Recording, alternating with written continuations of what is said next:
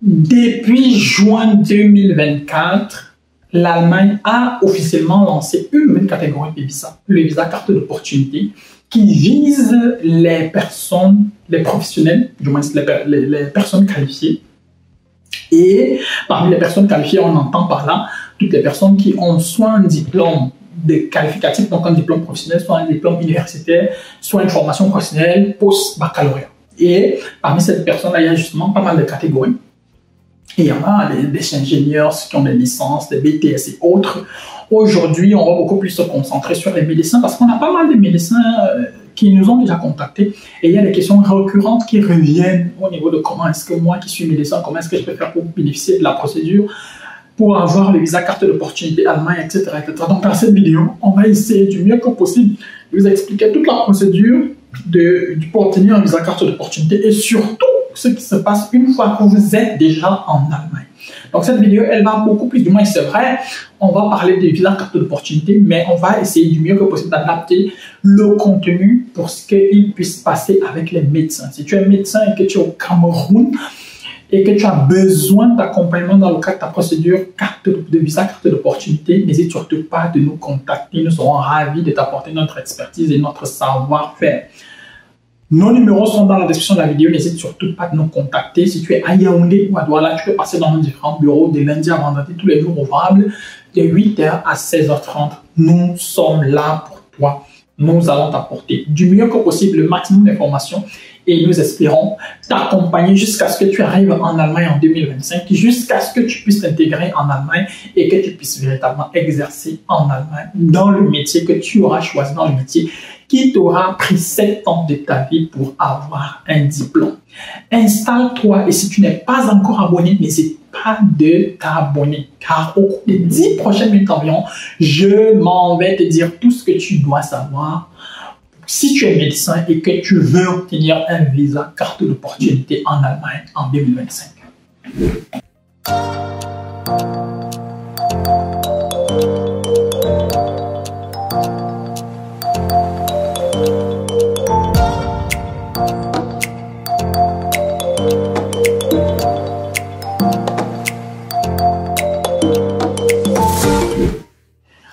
Déjà, la procédure carte de visa, carte d'opportunité en elle-même en soi, elle est relativement simple. D'un pays à un autre, il y a des pays où la demande de visa se fait sur place au niveau du consulat, au niveau de l'ambassade. Il y a des pays où ça se passe en ligne. Au Cameroun, ça se passe en grande partie en ligne. Peut-être ça va changer au cours des mois à venir, mais toujours est-il que voilà, en fonction du pays dans lequel tu te trouves, il faudra voir exactement comment se passe la procédure chez vous, quel est le protocole qui a été mis sur pied pour pouvoir faire une demande de visa carte d'opportunité dans ton pays. Donc, comme je l'ai dit, cette vidéo, elle s'adresse beaucoup plus aux médecins. Qu'est-ce qu'il faut maintenant, si jamais tu es médecin? C'est clair que dans la plupart des cas, les facultés de médecine, dans la plupart des pays, du moins, elles sont généralement reconnues par l'État. Donc, il faudrait déjà que ton diplôme soit issu d'un établissement supérieur reconnu dans ton pays. Maintenant, il y a aussi, est-ce que c'est aussi une université qui est reconnue en Allemagne ou pas? Si oui, ça va, du moins, oui ou non, va plus ou moins déterminer aussi un certain nombre de choses. Parce que pour les personnes qui viennent des universités qui sont automatiquement déjà reconnues en Allemagne, vous n'avez même pas besoin d'un A1 en allemand. Sans certificat de langue, vous pouvez arriver déjà directement en Allemagne. Donc ça, c'est pas obligatoire. Toutefois, moi je recommande, surtout pour ceux qui sont les médecins, d'arriver en Allemagne minimum avec le B1. Je dis bien minimum avec le B1 parce qu'une fois en Allemagne, beaucoup de choses vont s'accélérer. Je vais revenir dessus encore tout à l'heure à la suite de la vidéo. Mais moi, comme je dis, vous n'êtes pas obligé d'avoir même le A1 pour arriver en Allemagne. Mais moi, pour ceux qui sont particulièrement des médecins, je vous recommande d'avoir minimum le B1 lorsque vous arrivez en Allemagne. Donc, vous introduisez votre demande avec tous les papiers qui montrent que vous êtes médecin, donc votre diplôme, les relevés de notes, etc., etc. Si vous avez déjà, par exemple, si vous travaillez déjà également aussi avec une attestation de travail qui justifie justement vos différentes années d'expérience, il faut bien évidemment avoir un passeport, il faut avoir un CV, etc., etc. Donc, il faut que vous ayez tous vos documents possibles pour que tout cela, voilà, pour que tout soit OK. Donc, ça, c'est la première chose pour ce qui est de la procédure en elle-même. Et donc, du coup, pour ce qui est des personnes que nous accompagnons, on essaie du mieux que possible de vérifier certains de ces documents. Si jamais il y a des détails qui attirent notre attention, on va vous dire attention ici. Voilà, de plus en plus aujourd'hui au Cameroun, on retrouve pas mal de personnes avec pas mal de problèmes d'acte de naissance. Et c'est un problème, c'est un détail où il faudrait peut-être déjà avoir géré des procédures des visas par le passé pour savoir plus ou moins exactement où est-ce que le piège peut se trouver pour ce qui est de l'acte de naissance ou pas. Donc là également aussi, voilà, il faut savoir exactement comment gérer ce petit détail. Donc ça, c'est la première des choses pour ce qui est de la procédure des visas carte d'opportunité en elle-même. Maintenant, ce que vous devez également aussi savoir, c'est que dans le cadre de la procédure des visas carte d'opportunité, on va vous exiger une caution qui peut parfois aller jusqu'à 12 000 euros. On va vous exiger une caution qui peut parfois aller jusqu'à, bon, pas jusqu'à 12 000 euros, qui est exactement de 12 324 euros. 12 324 euros, c'est quand même pas mal d'argent.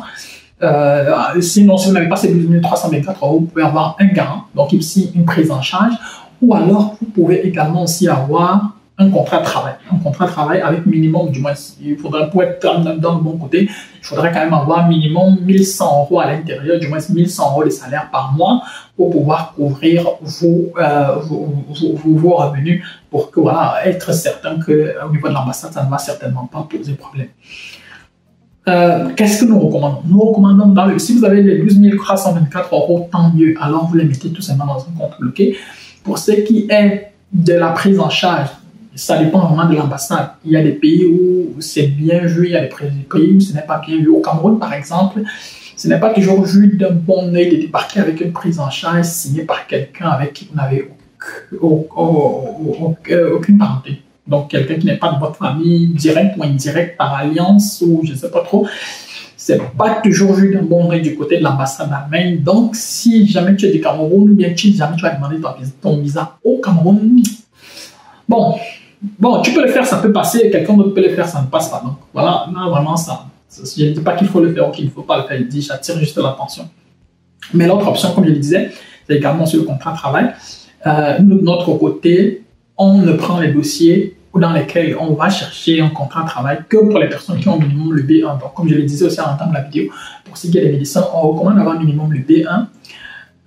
Maintenant, à partir de là, voilà, une fois que vous pouvez justifier cela, on peut justement donc prendre, du moins si vous avez le B1, on peut prendre votre dossier et dire que nous allons chercher un petit travail quelque part et avec ce contrat de travail-là, mettre dans cela dans votre dossier pour justifier que vous disposez véritablement des fonds vous permettant de vivre en Allemagne.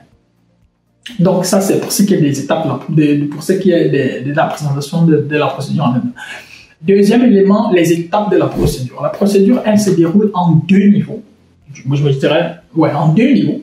Donc, au niveau de la demande des visas. Vous devez faire votre demande des visas au Cameroun et pour faire du moins dans votre pays, vous devez introduire votre demande des visas en présentant toutes les pièces justificatives que l'ambassade va exiger en fonction de votre profil. Comme je l'ai dit, d'un profil à un autre, les éléments peuvent plus ou moins être différents, peuvent être légèrement différents d'une personne à une autre.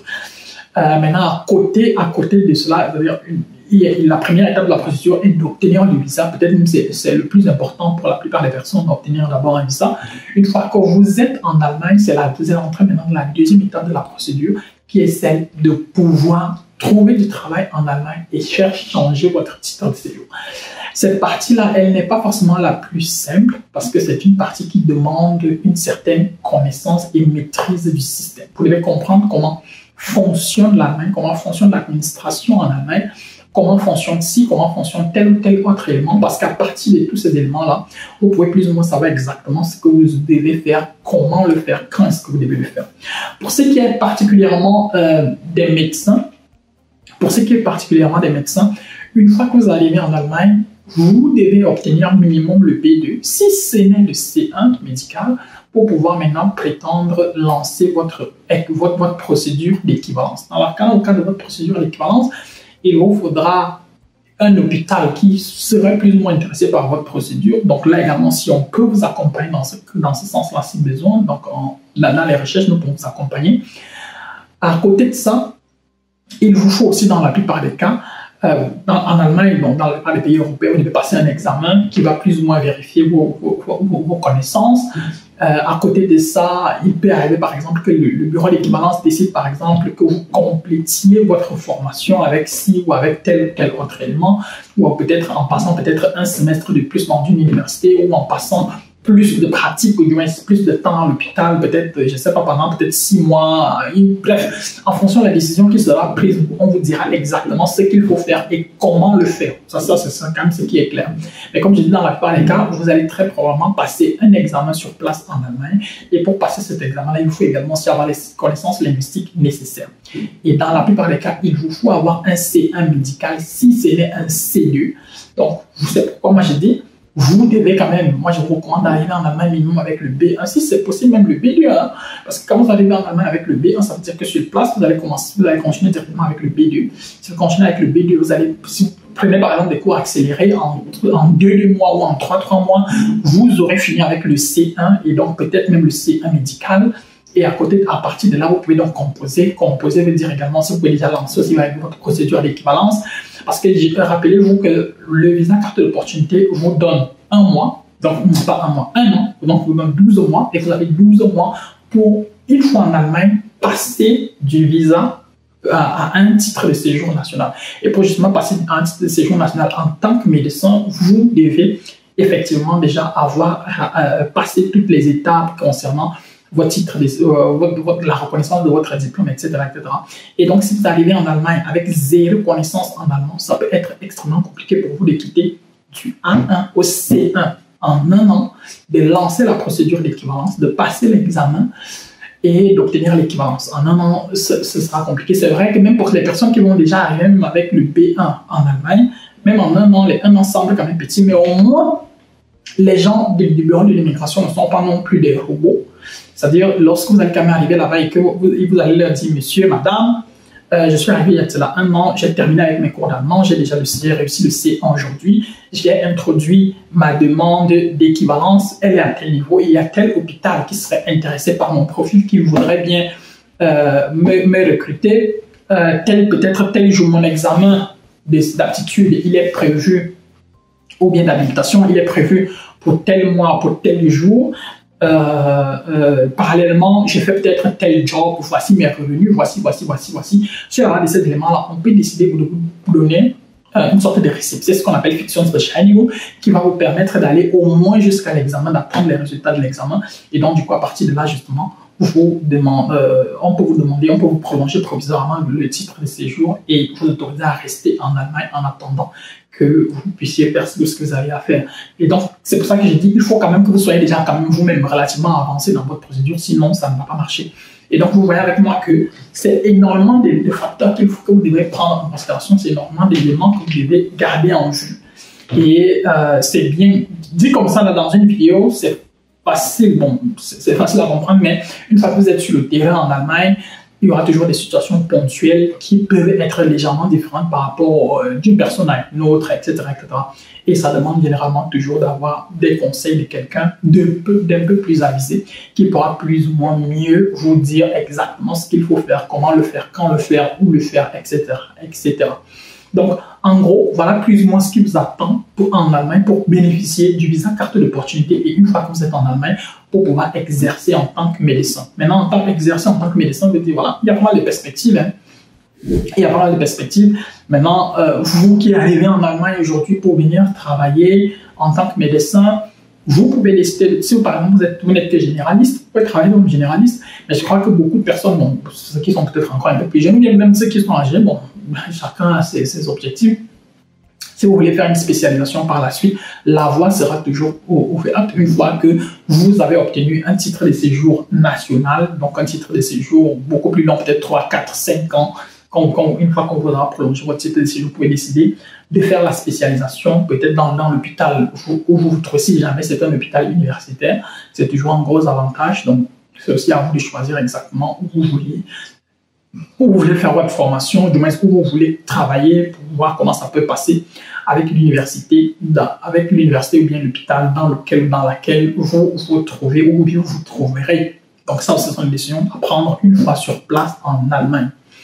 Vous pouvez toujours décider de rester en Allemagne, de travailler tout simplement. Vous pouvez décider de quitter l'Allemagne, d'aller vous installer dans un autre pays, mais toujours est-il que est-ce que l'habilitation ou l'équivalence obtenue en Allemagne vous permettra par exemple de travailler facilement en Belgique ou en France ou en Suisse? Ça, je ne peux malheureusement pas répondre à cette question-là. Et si donc vous venez en Allemagne pour travailler en tant que médecin, il vaudrait peut-être mieux pour vous rester en Allemagne. Mais la bonne nouvelle quand même aujourd'hui, c'est que les médecins gagnent très bien leur vie en Allemagne. Les médecins gagnent très bien leur vie en Allemagne. Les salaires de médecins peuvent parfois aller jusqu'à 15 000 euros. Peut-être aussi, il faut être spécialiste, etc. C'est pas forcément lorsque tu vas arriver en Allemagne avec, et que tu vas forcément obtenir ton habilitation, que ton salaire de base sera de 15 000 euros. Il ne faut pas lui dire que c'est moi qui avais dit que le salaire est de 15 000 euros. Mais toujours est-il que les médecins gagnent bien leur vie en Allemagne. Et en tant que médecin, il y aura quand même pas mal d'avantages qui vont s'offrir à vous.